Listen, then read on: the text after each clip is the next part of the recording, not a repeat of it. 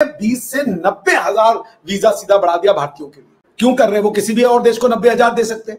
वो जर्मनी जो दुनिया के लोगों को कह रहा है ये लो अपनी घर वापसी का टिकट और वापस जाओ, वो जर्मनी जो लोगों को भगा रहा है वो इंडियंस को बुला रहा है।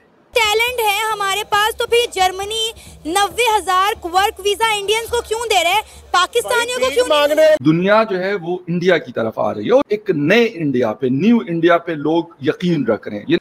ये हम जो बात करते हैं ना, तो हम इसको इंडिया के पर्सपेक्टिव से बात करते हैं कि भारत की ओर दुनिया देखती थी, तभी भारत का कॉलोनाइजेशन हुआ और किसी ने भारत को अपना शाइनिंग जूल का, इवन यूरोप कहता था, इवन ब्रिटिश एम्पायर कहता कि the shining jewel in our empire is India. उनकी जो एम्पायर थी उसका पूरा खर्चा ही इंडिया चलाता था। जयशंकर साहब ने कोई नई बात नहीं कही। दुनिया के आने का तरीका बदल गया है।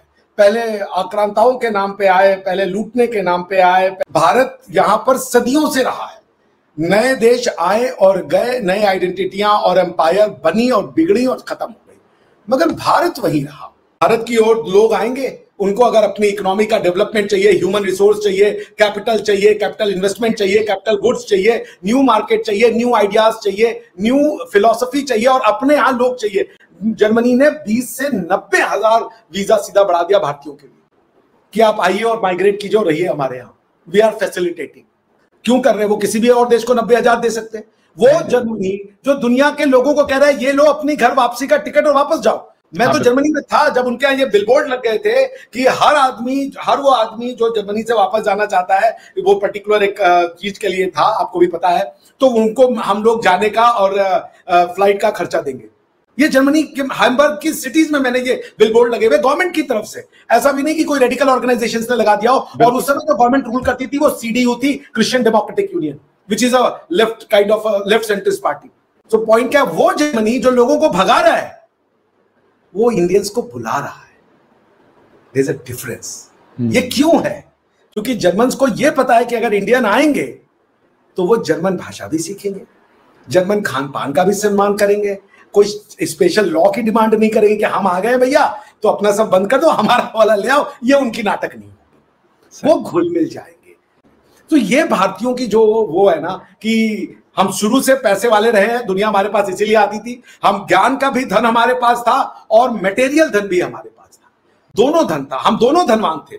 एक होता है कि आपके पास मटेरियल धन तो बहुत हो सकता है, कई ऐसे देश है बहुत रिच है, ज्ञान ठन गोपाल है, लेकिन भारत जो है वो ज्ञान से भी धनी था और माल से भी धनी था। तो दुनिया वापस आ रही है, हिस्ट्री है, ये तो कोई नई बात मुझे नहीं लग रही है। पहले कॉलोनियलिज्म किया और लोग आक्रांताओं के नाम पे आए भारत को लूटने, इनकी मंदिरों को और इनके सोनों को लूटने, इनकी नेचुरल रिसोर्स को लूटने।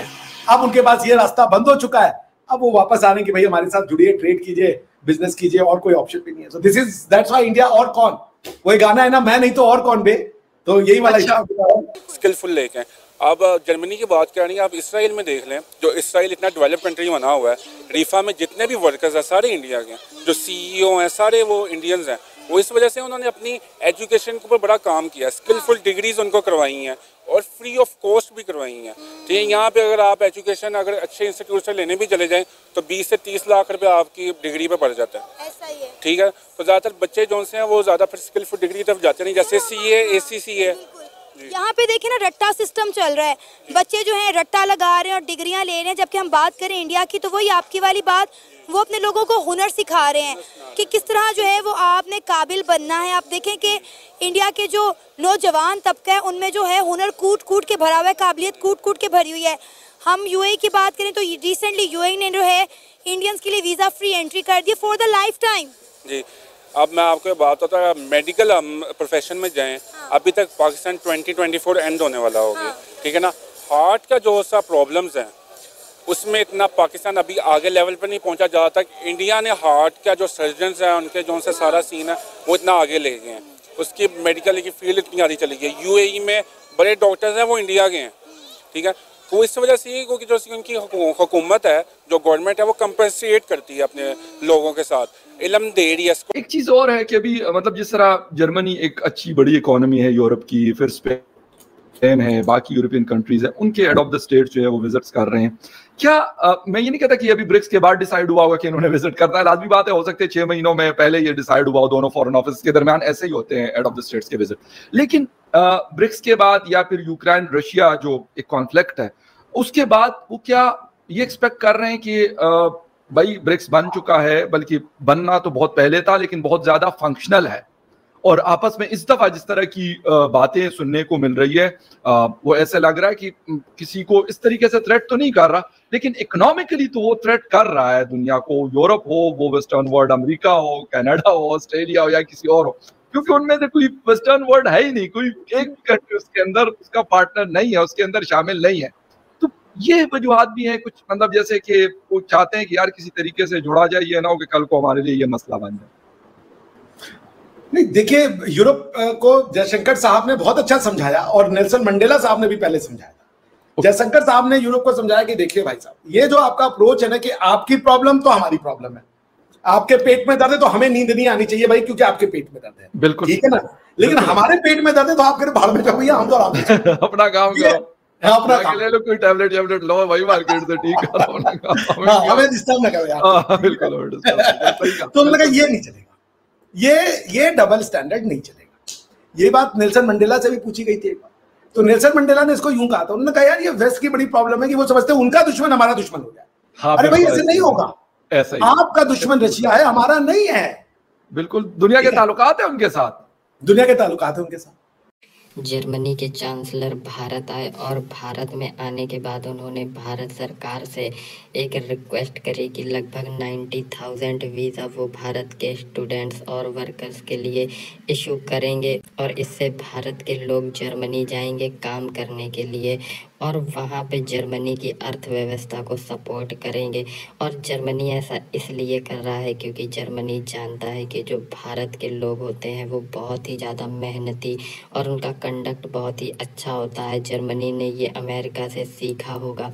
साथ ही साथ आने वाले समय में जो जर्मनी है भारत उसे पीछे छोड़ देगा नॉमिनल जीडीपी के टर्म्स में, और इसीलिए जर्मनी ने अब फ्री ट्रेड एग्रीमेंट की भी जो टॉक्स हैं उनको फास्ट ट्रैक करना चाहा है। और उसका रीज़न ये है क्योंकि पिछले कई दशकों से जर्मनी और इंडिया के बीच में ये टॉक्स चल रही हैं, लेकिन अभी तक एफटीए साइन नहीं हो पाया है। और उसका रीज़न ये था क्योंकि पहले जर्मनी भारत को बहुत सीरियस नहीं लेता था। जर्मनी को ये लगता था कि भारत एक स्लगिश इकॉनमी है, भारत की अर्थव्यवस्था भी उससे छोटी है और उसकी ग्रोथ पर उसे भरोसा नहीं था। लेकिन पिछले कई सालों से जिस तरह से भारत दुनिया की सबसे तेज़ी से डेवलप करने वाली और ग्रोथ करने वाली मेजर इकॉनमी बनी है, जर्मनी को ये समझ में आ गया है कि अगर भारत के साथ समय रहते एफटीए नहीं किया और भारत के साथ समय रहते अच्छे रिलेशंस अपने और नहीं किए तो आने वाले समय में ये जर्मनी को काफ़ी नुकसान पहुंचा सकता है।